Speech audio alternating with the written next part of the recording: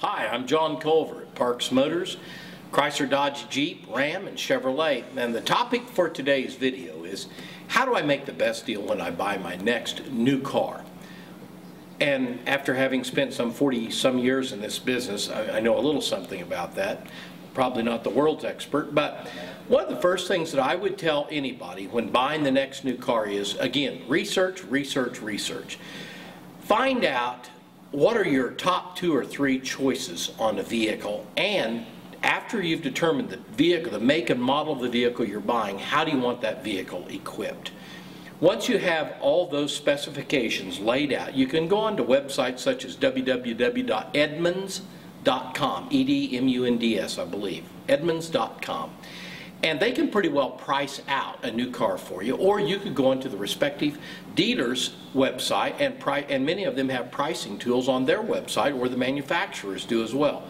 But price out the car on a retail basis with all the equipment that you want.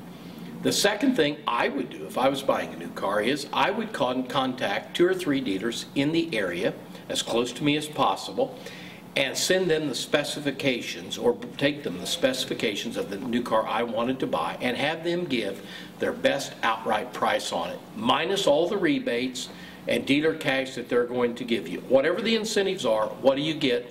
Make sure they include freight and any add-ons. Most dealers are going to charge a documentary or administrative fee. That fee can vary from dealer to dealer.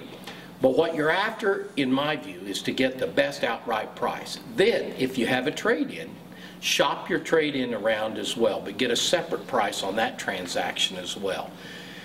In many states, particularly the state of Kansas, if you have a trade-in, you want to trade it in at time of purchase. That saves you sales tax, because in the state of Kansas, you're charged sales tax on the trade difference. That would be after your trade-in. So if you have a trade-in, be sure that's included in the transaction. And again, you can research the value of your trade-in through your bank, through many of the car sites online. Edmunds would be another, Black Book would be another, NADA would be another. And in many cases, by studying what they're selling for retail in your market, you can get a reasonable figure for the trade-in value of your car.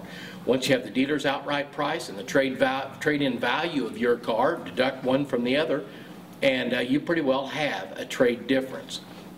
At that point in time, you can go in and buy the vehicle, or you can make an offer. And if you have a trade-in, there is that one variable in the deal. Okay, now that we've pretty well picked out the car, a couple of other things to consider.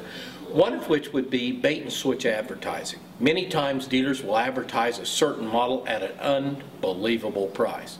Well, it is unbelievable for a reason. It isn't believable, and you're not going to get that car bought for that price. So beware of slick gimmick advertising. Make sure you've done your research. Make sure when you go into that dealership, you know what you want and what you're willing to pay.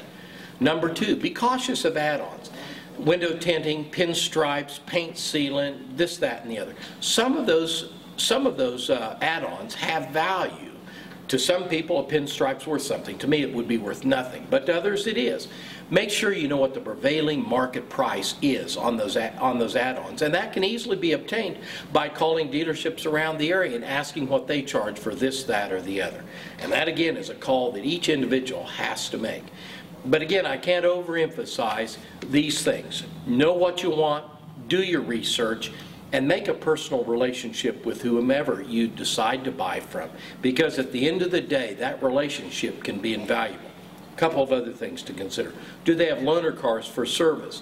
What is the reputation of their service department? Because after the fact can add up to a lot more than at the time of purchase. So those are my ideas. I'm John Culver at Parks Motors, and if I can ever help, give me a call or write me an email, john@parksmotors.com. Happy shopping.